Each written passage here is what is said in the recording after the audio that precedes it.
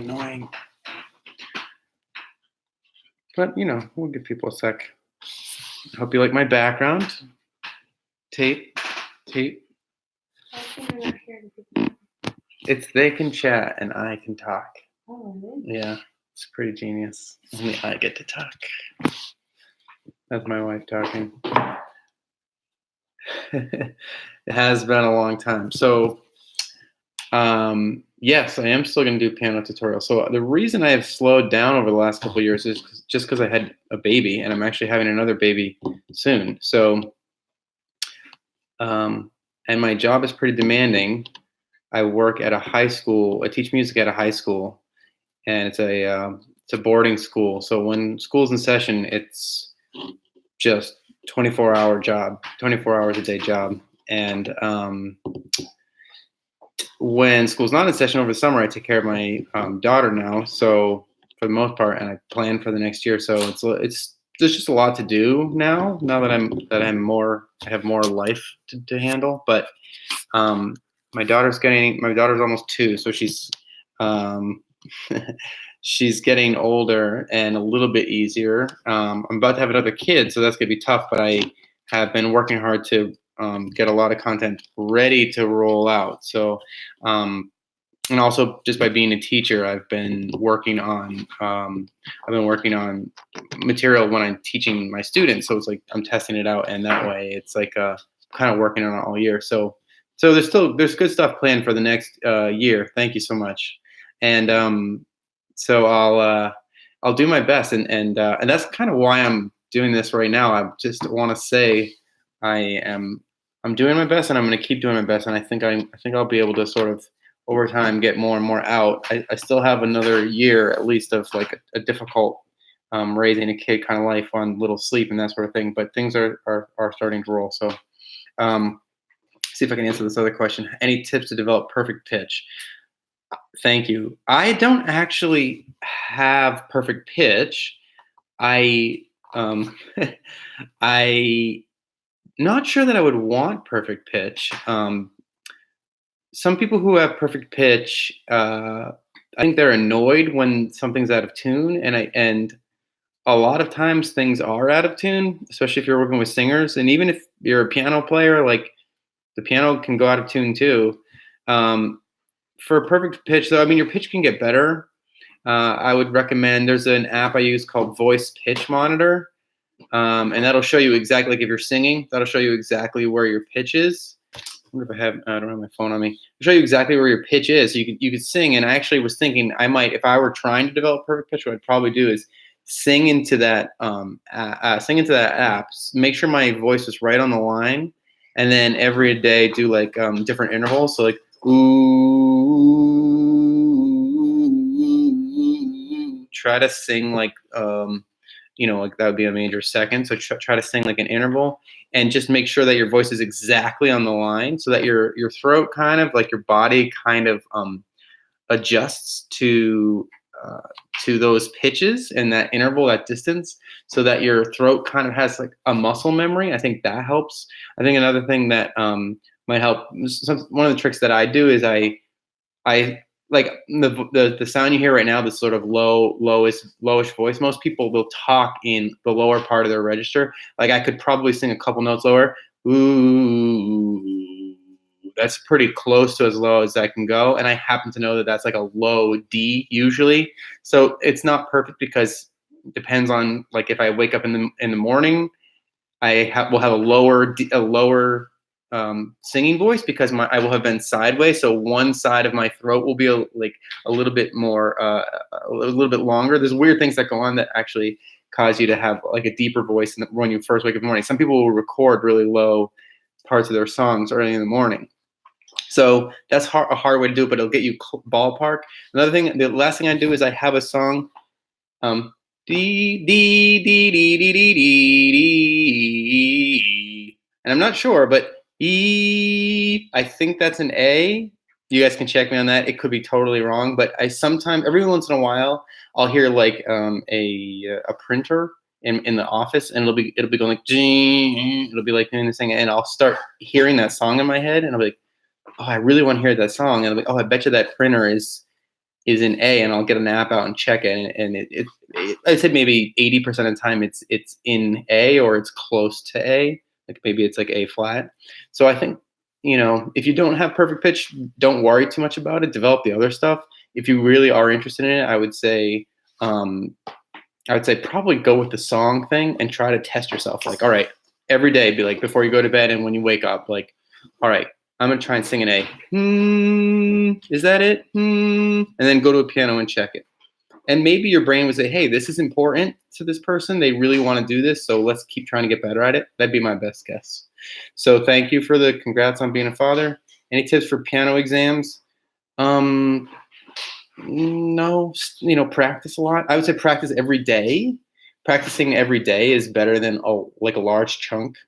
Um, if you were to practice, okay, here's an more extreme version. If you were to practice 6 hours a day, I bet you would crush your piano exams. If you were to practice something more reasonable, like 20 or 30 minutes a day, and I'll say focus practice. So like identify the things that you think you're going to be tested on. If that's important to you, like let's say they're going to test you on sight reading, I would probably I have like this thing called the Corcoran rhythm method, and I would just make sure that I could read rhythms. I would just start with rhythms, read rhythms. So I actually have my kids reading rhythms every day in my music theory class. They're reading rhythms, and don't stop. That's the other thing. Is like the kids in my class, they stand around drums and they rotate in a circle, and they every line they have to rotate. So they have to keep their focus sharp, that sort of thing. And counting rhythms is huge, like more important than the notes, I would say. The other thing I would do if it's a sight reading thing is I would look at solfege. Like I would do Optman music for sight singing, and I would try to learn the solfege. Yeah, so there we go. That's probably the best advice I give you. You could get books and stuff like that. All right, let's see what else have we got here. Hey, are you a good singer? No, I mean I can carry a tune. I teach vocal music. I'm the director of vocal music at my school.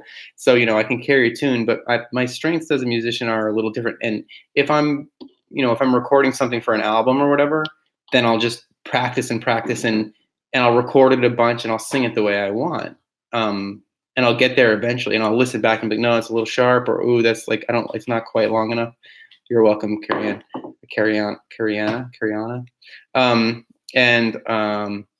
So am I a good singer? Like, it kind of depends. Like, what is a good singer? It's like there's intonation, there's musicality, there's some vibrato, there's duration of the notes, and really what you're trying to do is express something to somebody. Like the listener just has to like you, right? So part of what you do is make sure that what you're singing is good, and more important to me is like, what is the composition of the notes? Like to me, like, I can carry a tune, but really I'd rather just have somebody else carry a tune, like, or have 3 or 4 other people carry a nice harmony.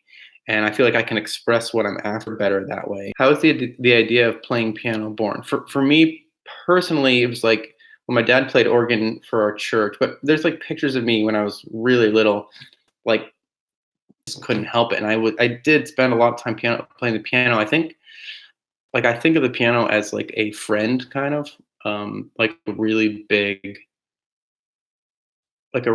friend who's like I think of the piano as a good listener, which I don't think a lot of people would think about that because it makes noise. But when I play a note, it tells me exactly, kind of is like, you just played this note, and it doesn't lie to you. It's kind of like honest in that way. It's like, you said this, and you're like, oh, but I didn't want to say that, So it kind of checked me, and it kind of gave me really like a sense of consistency in my life, which I appreciated. And yeah, it's like therapeutic in a way. Like I would play many hours a day at college. I wasn't like taking classes. I was just playing on my own. And, I would play for 2 hours and I would leave the practice rooms, and I'd just be like, oh, I feel great. Like, well, let's go to the dining hall, and you just feel good. You just feel good when you play music. And that's also related to the YouTube channel. Like, there's a reason why people like this kind of content. People like to play music. It's enjoyable. It's enjoyable to get better. It's enjoyable to like mess up and to try stuff and to hear yourself and to hear ideas. So It's also clean. You know, there's no mess that for some reason appeals to me. I don't know. So all that stuff. All right, let's move on here. Love Like This by Ben Rector tutorial, please. Yes, well, it's hard for me to keep track of these things, but if you there should be a link somewhere, maybe in this description or on most of my videos of places where you can recommend a tutorial. I try to teach what most people seem like they want to learn, especially if I can like get access to the rights to it, so that I can do it, you know, legally and all that stuff. Um, and better odds if you put that into a tutorial request from a link. All right. Hey, dude, I started watching your videos about 4 years ago. Oh, my connection is unstable. Hopefully it's reconnecting. Please wait while we try. Okay, sorry about that. Hopefully we're still together here. Hey, dude, I started watching your videos about 4 years ago, right when I started high school. I have since then graduated and now learned much about piano thanks to you. It's good to see you again. Oh, well, good to see you, Chef Enthusiast. Great name. So you're in college. Congrats. Yeah, well, it goes fast. Keep playing music. Can you do Tokyo Ghoul, Glassy Sky? Maybe, please? Smile emoji, crying smile emoji. Why do emojis look like dots? You know those candy dots? They look like, what happened to emojis? They used to be simple. Um, hey, how can I write my own piano song? Yeah. You know, um, probably the best advice I could give you for that would be about well, there's like if you play a C major scale, C D E F G A B C B C D D D D D D D, that major scale, and starting in C is a good way to begin. And if you play what I call W chord, so you can make your hand like a W shape, and you boom, and you play C, E, and G like a C major chord. So the leftmost part of your hand is on the C, you know, the first note in that scale. And then if you move that W chord up to the right, so if you're playing a C major, and then you play a D minor, E minor, F major, G major, A minor, B diminished, C major again. So those chords that you play in the C major scale, those are well, you might hear people refer to them as like diatonic, like those chords are diatonic to the key of C. So um, if you write songs that use those chords, you'll get good results pretty fast. So you can write your own song. So instead of thinking about what chords, you might just think, you know, what scale degree do I do? The first scale degree, which would be the C major, and then go to the say the 4, which would be F major, and then maybe the 5 would be G, and then maybe the 6 would be A minor, and then I don't know. You can sort of jump around from there and figure out what you like. And you know, songwriting moves on from there. There are things, you know, the next step would be inversions. If you're writing this down and you want to go look this stuff up later, I probably have a video about this stuff somewhere, but I would start with diatonic chords in the key of C, then I would move to inversions. And from there, you know, practice, you know, go ahead and write songs and be kind of, you know, be a little bit critical of yourself, like what could be better, that sort of thing. So that's probably my best answer about how you can write your own songs. All right. I love your Let It Be cover. Thank you. Let It Be. So that was a while ago. Oh, yeah. That was probably the first song I learned by ear. I accidentally played Let It Be. I was like, oh, wait a minute. And I was like just so happy that I figured that out. And then that yeah, that was fun. Have you been keeping up with recent YouTube trends? What do you think of the recent resurgence in Minecraft? I haven't been keeping up with recent YouTube trends, and that's also why I'm doing this live stream. I've done some live streams before, but you know, actually, I'm kind of impressed. I'm kind of excited. Some of the new tools for live streaming and premieres seems like it's awesome. You know, to like be a YouTuber to try and do it well and to do it in a way that people get access to your videos to be successful at it. It's pretty difficult. And I definitely got lucky early on, but in many ways. But you have to know the tools and you have to engage with them. And yeah, I'm kind of like it's work. You have to be open minded in a way, and it's almost like I think about it being almost like a mechanic. You have to keep on learning new things. So you have to. That's a good mindset in general for a musician. Like be open to learning new things. Like I watched some of Jacob Collier's videos. I don't know if you guys know Jacob Collier. And I'm like, "Oh my gosh, this guy is so amazing at music. Like, what have I've been wasting my whole life. He's so far ahead, you know?" So, yeah, and like pushing yourself. Like right now, I currently think to myself, I can never do what this kid, this like teenager. Well, he's probably in his young early 20s now, but like what this young guy is doing is pretty incredible.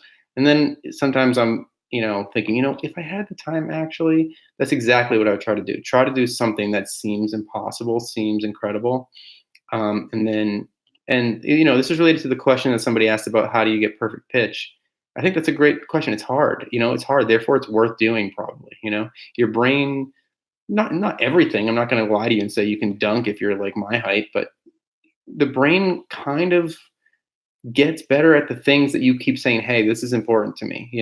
So that's actually why I wanted to be a music teacher. It's like I really wanted to get better at music in a way that like I just wanted to force myself to get better every day. And like being a music teacher is kind of tough in a way. There's a grind, and sometimes you're like, that's a lot of music. I don't want to listen to music in my spare time. I don't want to go film a YouTube video right now because I've been thinking about music all the time. And but it's good because like you get to the end of the year and you're like, and you're better at music. Like I'm much better at reading music than I was. I was never a good sight reader, but just teaching it and forcing myself and playing musicals and all that stuff, just forcing yourself into some uncomfortable things. I also worry about what people think about me for my music. When I was younger, I used to think about it more, but like, will people think like I'm good at music or not? Because it was important to me. It's one of the things I was good at, so I didn't want to mess up ever. So if one note was wrong, I'd be so annoyed about that. So yeah, there's a weird like humility you need to bring to the table. Yeah, you kind of got to go over stuff and just go for it. So I don't. That what doesn't really answer your question. I don't watch a ton of gamer videos because I try to be super efficient with my life. Like in a way, not crazy, but my time is so limited, and I value it because it's all the other stuff that I just have to do just as part of my life. So if I expect to be able to release a video every couple of weeks on YouTube, I have to really plan for it. I have to rehearse outside. I have to learn the song that I want to teach you guys so that it's smooth. I want to think through how I'm going to teach it to you guys so that it lands in a way. I want to think through that stuff.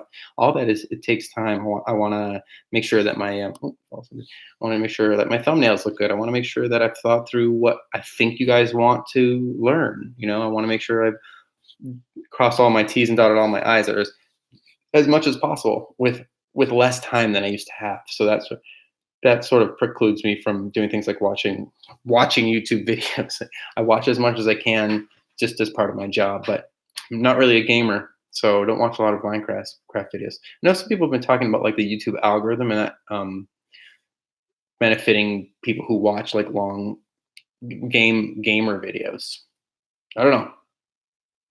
Thank you so much. I'm gonna write my song now. Oh, awesome! Yeah, that's exactly it. So like, go write a song and see what happens. So what's the worst thing that could happen? I've written so many songs that I'm like, okay, done with that one. I don't like that one. I'm never gonna play that again. Or like, another great thing you can do is record your own songs. Like, write some songs, start recording, and what you'll find is every year you do this over and over, and for a long time you go back and you're like, I can't believe I wrote that terrible song. Like I, I don't want anyone to ever hear that song. So that's good. If you're doing that, that's a good thing because it means you're getting better at hearing what what's good and what's, at least what you like and what you don't like. All right. I wanted to start my own YouTube channel on playing songs. Do you have any advice on how to start? Like kind of like my channel, like where we teach people how to play pop songs or like, classical music or whatever you think people will like.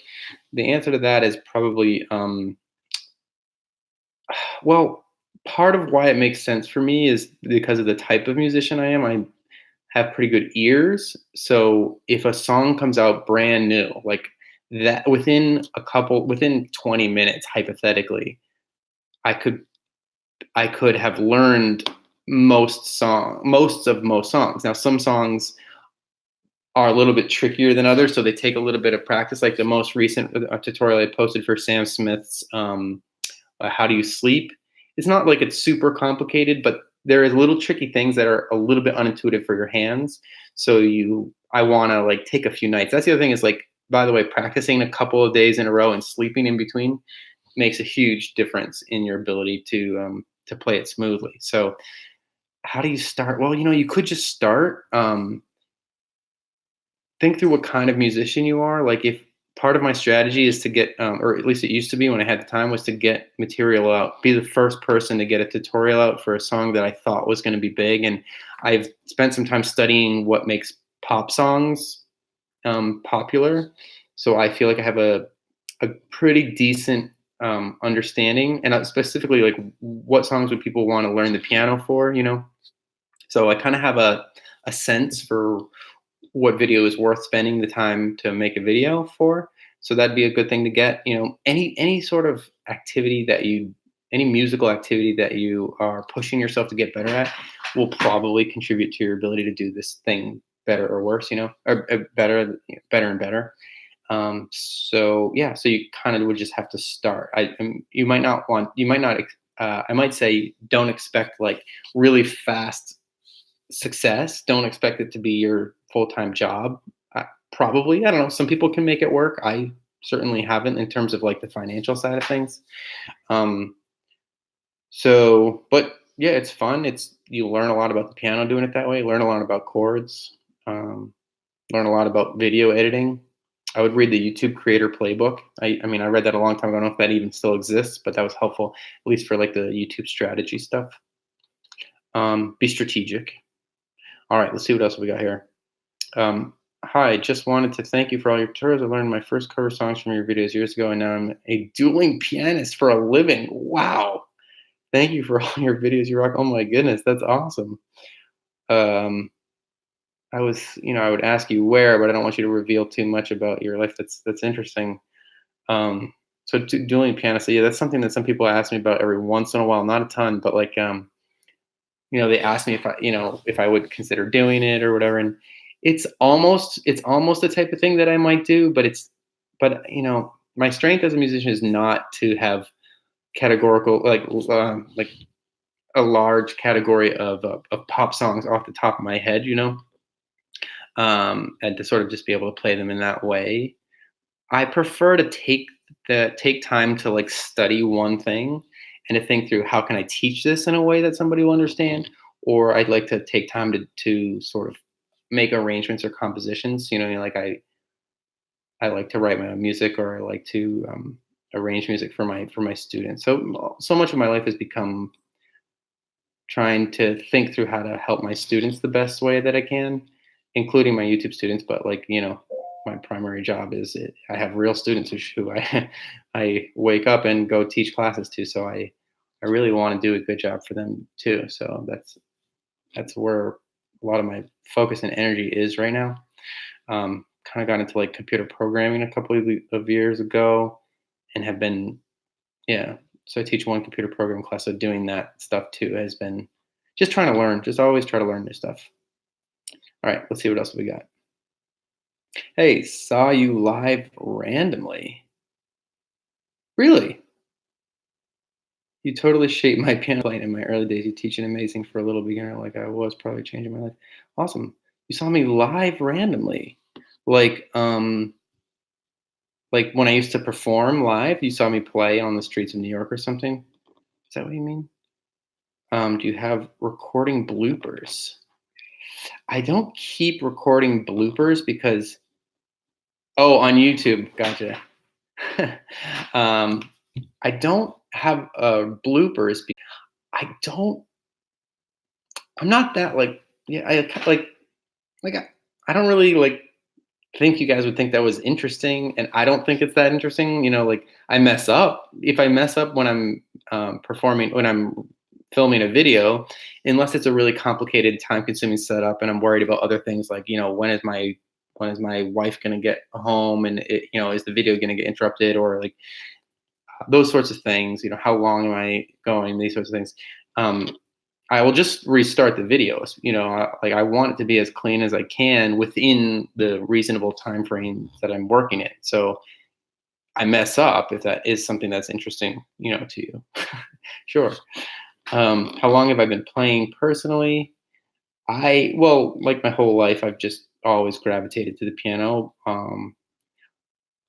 I've been on YouTube for a long time, actually, pretty early adopter to YouTube in ways. And my early stuff was like just I didn't know what I was doing. I was young, and I was like, oh, I'll advertise my live shows. I was really trying to be a live performing musician first in New York, and then I just didn't like that. Eventually, I realized I saw the light. That the YouTube piano teaching was much better match for me. All right, will you be making more YouTube videos? Yes, I definitely will be making more YouTube videos, and I actually already have made a bunch. They take some time to edit. I try to really make sure that they're smooth and that, like, you might not even notice it, but like one of my videos has maybe 10 layers or many layers, and uh, every pixel, like I do get down to the pixel level where I'm like shifting something a pixel. No, I want that to line up. No, I want that to rotate. No, I want to skew that. I want to work on the color correction. I want to have overlays. I want to do stuff. So I actually spent time when I was younger trying to learn about video production. So some people were asking, how do I start a YouTube channel? And you have to be ready to, like, people say wear a lot of different hats, but like learn a lot of different stuff. Audio production, you want your stuff to be mastered so that it's loud and that it's clear. You want to do every trick you can um to get the sound of the piano to be a high quality. Like, pay attention to the sound is like a big tip that they used to give YouTubers. I don't know if that's still a thing, but like I would say, yeah, pay attention to the sound. Learn how to edit and master audio. Learn about video lighting. Like, this is terrible lighting. I would never do this lighting in a video that wasn't just a live me testing out this thing, trying to get reconnect with my subscribers, that sort of thing. Learn about 3-point lighting if you're gonna have yourself in the video at all, and put a lamp sort of in some. Get more light into your shots is a quick tip. Think through thumbnails, that sort of thing. So yes, videos are in the pipeline for sure.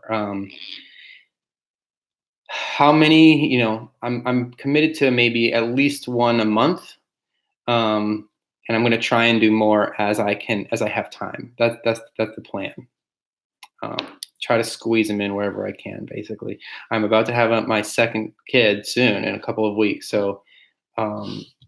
I've got a backlog of content that's been filmed, so I'm confident I can get at least one out every 3 or 4 weeks. But I suspect I'm going to be pretty sleep deprived soon, but we'll see how it goes. I work at a dueling club in Denver. We do cover songs by request, so your tutorials have helped me immensely. Oh yeah, that's pretty. I was just in Denver. That's funny. That's a good match for your job. Hopefully, I can give you a few more. Once again, thanks for everything. Gave me a running start when I was around 11. Appreciate it a ton. So definitely show your videos to my little cousins who are interested in city piano. Awesome. Yeah, there you go. Being a parent is a special gift. Congrats. Thank you. Yeah. So those of you who are parents out there know sleep deprivation is a real thing. I don't know. I feel like people didn't. Maybe they did, and I wasn't listening. But I don't know that people ever talked about that when I was younger. So it's a real thing.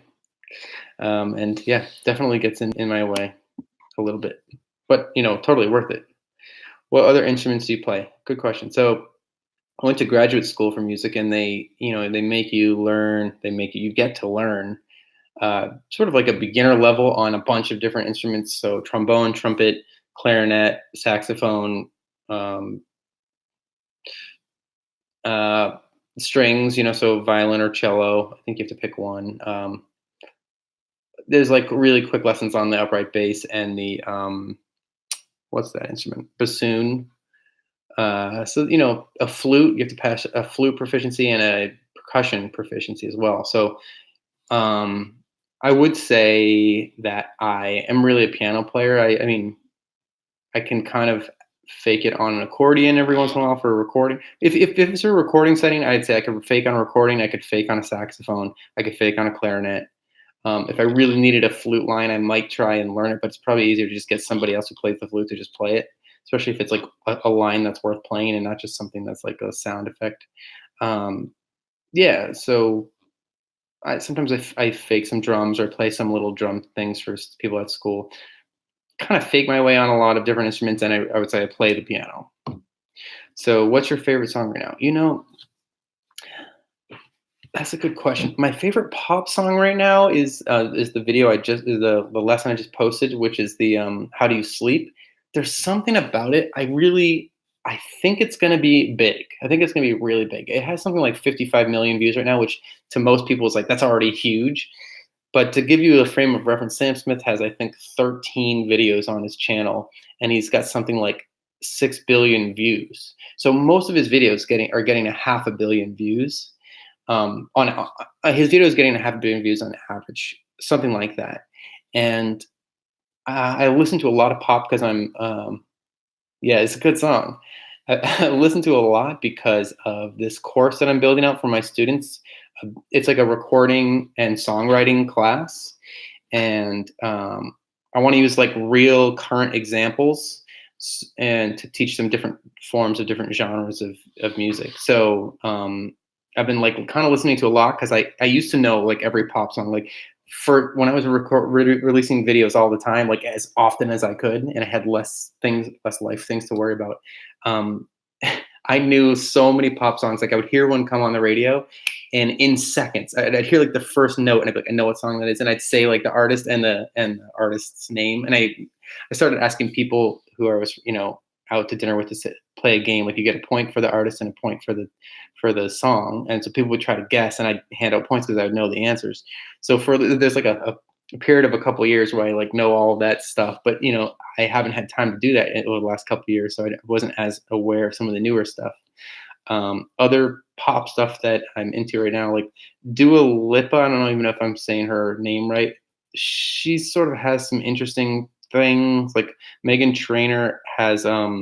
I feel like she's a really good songwriter. I feel like she's very consistent. I don't know that I'd say she has any like home runs that you're gonna like hear everywhere out right now, but she's super consistent and super good pop songwriter, I'd say. Um, but kind of to get back to your question, what's my favorite song? Like my musical tastes are more complicated, I would say. So like Jacob Collier I mentioned earlier, like my daughter really likes his Moon River arrangement. I don't know how many of you have seen that. Thing is, it's insane. Like the stuff he does with music, like you might not even notice it until you watch videos where people are like breaking down what he's doing. He's like changing the tuning of his voice, and he's hearing like a few cents difference between notes. So to give you a sense, the difference between C and C sharp, that's 100 cents, and he can hear like every single degree between there. So that you talk about perfect pitch, that's like perfect pitch on steroids. So he's like doing crazy things with what's called just intonation, and he's insane. So I've been really interested in that video. I really like gospel music right now. There's actually a cover of of Nick Jonas, "Jealous" by a gospel choir. Highly recommend that tune. The gospel choir is amazing in that. So I'm gonna have my one of my groups do that song this year. Um, so that's a quick answer. Jacob Collier's been top of my radar. I really like, I'm really into jazz. I really like jazz music. So like I like a lot of jazz standards right now. T for Two. What are the other ones? Blue Bossa. Like some of the older standards, just because I'm studying that form. So I find them to be kind of nice and predictable in this really interesting way. And there's something nice about the way they change keys so regularly in this very predictable spot. And it doesn't seem predictable at first, but the more you listen to it, the more you're like, they're going to change keys right here. And then they do. You're like, yes, I think I understand this. So, yeah, there we go. All right. What's your favorite song? Favorite genre of music is favorite genre of music is probably jazz, but I try to be open minded to a lot of different genres of music and to listen to a lot of stuff. When I was younger, my piano teachers made me play like classical, and I was like, I don't want to play classical really, and then but I would do it, and I would almost always find like, oh, actually, this part of the song right here is awesome. I should have given this more of a chance. So being open minded to music is important, especially as a music teacher. You got to be open minded. I try to let my kids tell me what they're listening to and go listen to it. So like one of my students brought me called to my attention Tom Mish. I really like Tom Mish's one of his recent albums. Um, yeah, there are a couple people like that who you're like, that's interesting. I haven't heard that before. But yeah, about the pop stuff is just like it's more about like strategic for my YouTube. Like I like almost like analysis. Like that's going to be a big song, and like the music video for "How Do You Sleep" is also very interesting. The fact that Sam Smith hasn't danced in his videos before, the personal details he's revealing about himself tied to that release, I find all that stuff compelling, and I think people are gonna go back and watch and listen more than once. I think it's going to show up in people's radars more than you might think. So I'll make a bold call here and say that I think that video gets, well, I'll say half a billion views, which is still bold, even though that's his average, because he hasn't released content in a long time. Yes, and he's competing against people who have really strong YouTube channels and that sort of thing. So I still think that's a bold call, but I'll go ahead and on the record and make that. All right. What time is it where I am? It is 9:23. Interesting question. Do I look tired? I am tired. Oi, hello, Brazil. Awesome. Hey, what have you been doing? Life treating you well? Yeah, life has been treating well. I have a wonderful daughter, and I'm expecting a son in a few weeks. So yeah, I like my job. I'm happy. It's a good play. It's a good. Let's see. Thanks for the videos of Eric Satie. Yeah, Eric Satie is good. Now I can play a part of Nosian's one. You do a big work. Neymar Jr. That can't be the real Neymar. Is that the real Neymar? Um, so yeah, so I really like the classical stuff too because a lot of it has people used to write music for different purposes, and I think some of the older stuff is intended to be played on the piano. So it's written in a way that's like people have. Oh, I'm sorry. If you have to go, you can go. People have. Yeah, when they write music, I think they've written it in a way so that it's playable. They've made decisions about do I make this harder thing, which sounds a little bit better, but it's much harder, and somebody's gonna be annoyed when they play it, and they're not gonna want to play my stuff. I think Satie is a little different. I think Eric Satie was a little bit crazy. That's my memory. I think he was like a very strange person and like in love with his landlady and like wrote weird love letters and like was antisocial and like wouldn't leave his apartment and stuff. So he was just doing his own thing, I think. But a lot of that classical music, there's something about the way it's written where I almost feel like the composer is like, all right, doesn't have to be super crazy hard necessarily, but I want to balance. The smartest composers, the ones that I like the most, are the ones who are balancing the cost of learning time against the value of the music that they're writing. The same with arrangers too. I like people who arrange for high schoolers because they think through how can this line unfold in an intuitive way. So it's like easy for people to learn and still enjoyable to sing. I think if somebody hits that balance, if they walk that line, then they're a good arranger. You're my number one fan. Well, I'll wrap this up soon. I won't be offended if you have to go to sleep. Not in that way by Sam Smith Piano Tutorial. Maybe if you have the time. Not in that way. Okay, so I don't know that one. I'll go back and listen to these suggestions that you guys have been giving me.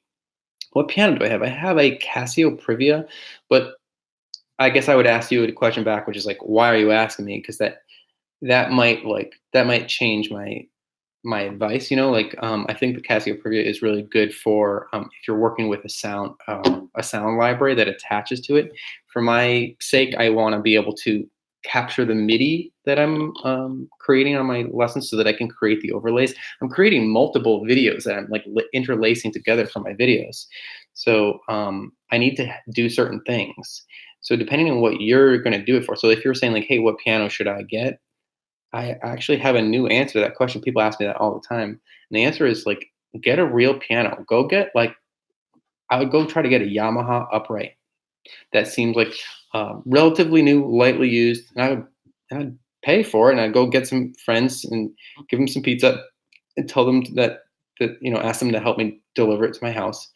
And I'm actually thinking about getting one of those. At my school, I have pianos everywhere, not everywhere, but enough so that I don't have to really worry about that. But I would like my kids to grow up with a piano, like a real piano in the house. So when the electricity goes out, that piano still works. And I'm gonna be looking if I can find a way to do this for a relatively new Yamaha, slightly used upright that sounds good, the action's good, that has been ideally played in a house that has some kind of humidity control. You don't want swings and humidity because that will make the wood swell and dry up, swell and dry up, and that will cause it to buckle and weird things to happen. All right. Favorite movie. I have a handful of favorite movies. Like Amelie I really like Amelie. I like Monsters Inc. I like Kill Bill. It's kind of a weird range of movies, the Kill Bill series. Um, that's probably my best answer to that question. How do you know if your piano is out of tune? Well, now I can kind of hear it. When I was younger, it was like whatever, it's close enough. I don't have perfect pitch, so it didn't bother me. But now I'm in charge of making sure that all of our pianos are in tune. So I kind of have started to hear it. Um, you know, if you ever get like your piano tuned and you play it, you probably have this feeling like, oh, it sounds great. It sounds like little bells almost. Like it sounds really nice. And so when that happens, pay attention to what it sounds like. Try to memorize it. Be like, okay, what does this sound like when it's perfect, when it's just been tuned? And play a single note and listen to it for a while. And a piano has most of the notes have three strings. So each one of those strings is tuned to the same frequency. So when you strike that hammer goes, and all three strings are going like whatever the thing is. And if one of them is slightly off, you'll hear it'll sound thicker almost. So I would say listen to your piano when it's tuned. Take some time to sort of study it instead of just start playing it. Study it and then play, and then later in a few months, listen again and be like, do I hear those individual strings? Maybe even put your finger on two of the strings, dampen them and play the note and listen to what one sounds like, and then dampen the other two and listen to that. Mess around with your piano. All right. I don't even know why I'm subscribed to you. I never subbed. There you go. I don't know if somebody asked the question, but how did you start music? Like me personally, yeah. How did I get into music? So I guess it's yeah. Somebody did ask the question. The sort of the quick answer is my dad played organ at my church, and I was just obsessed with it early on. My mom, like, I used to listen to music in headphones and car rides. I had a lot of at four. When I was younger, I had four brothers and sisters, and they I was making a racket, or whatever. I'd sit in the back with my headphones and just like listen. I would listen to often like Latin music. I'd turn the radio down, and I remember like thinking, for some reason, I think my mom wouldn't approve of me listening to this music, so I'm gonna listen to it because she can't hear what I'm listening to here. So I just sit there and pretend like I was like listening to whatever I thought she thought I was listening to, and I was like, Latin music is awesome. It's just so like interesting and fun. Did I ever see Whiplash? If so, what did you think of it from a musician's perspective? I did see Whiplash. I loved Whiplash. I saw it with a drummer who hated it, and he was like, "That drumming is not authentic, and they would never do that, and he's not playing that." And I was like, "So what? It's like it's a movie, Like I loved it. Is it bad if you skip a piano level? No, I don't. I don't know anything about piano levels. Are you talking about? I don't know if you're talking about on my channel, if you're talking about like if you're in part of a system or something. I know there's like the British system or whatever. I don't think it's bad to skip a piano level. because who cares? Like, you should skip every piano level, and then you should skip the top level. That's what Jacob Collier does. You should skip Jacob Collier. That's the top level. Aim higher than that. Like, just if you can identify something that you're not musically good at yet, then just work on that. Like, I don't think about levels. Like, for the most part, I don't think about levels. I just think about, what do I need to do to get better? What am I bad at? That's a question you can ask yourself. It's hard to ask yourself that question. It takes humility, and it takes like some kind of like resolve or whatever. But ask yourself, what am I bad at? And then, I don't know, write it down, and then come up with a plan to get better at it. So for me, it's like sight reading. What am I bad at? Sight reading. Okay, how can I get better at it? Well, number one, ask everybody who I think is a good musician and good at that thing how I can get better at it. Get all their suggestions, kind of come to some plan. So, and I'll give you the answer to that question if you're interested. The answer is Corcoran rhythm method. Go and read the entire thing and clap out all those rhythms.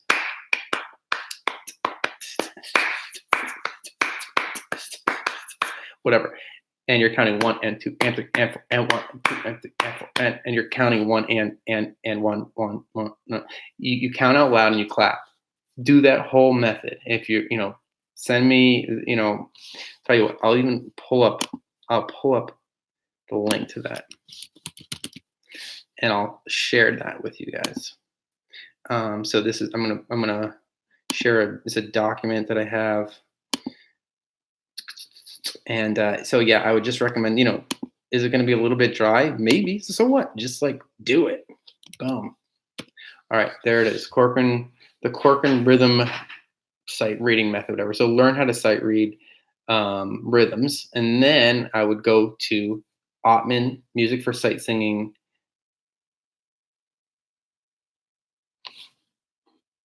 Okay, you're gonna have to be blocked. I'm sorry to say.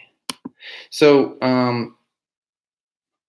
I would like to take a moment to say that I have zero tolerance for like negativity, hate speech, anything like that. In fact, I spend YouTube flagging that I think is inappropriate. So if you're going to be negative, if you're going to say things that I interpret as negative, I'm just going to block you. And that's not to be mean to you. I'm sorry about that, but like that's my policy, and I'm going to do that every time I catch it. All right. So I don't know. That's the best like warning I can possibly give. All right. So yeah, let's see. Favorite rappers of all time. I guess like kind of like the older stuff. Like, oh, you know who I like? What was that guy? Skilo. Skilo, probably favorite rapper of all time. Alrighty. Any other questions before I wrap this up? All right. Well, thank you for tuning in. Hope you got something out of this, and I will go and listen to those suggestions that you guys gave me. And yeah, talk to you soon. Thank you guys.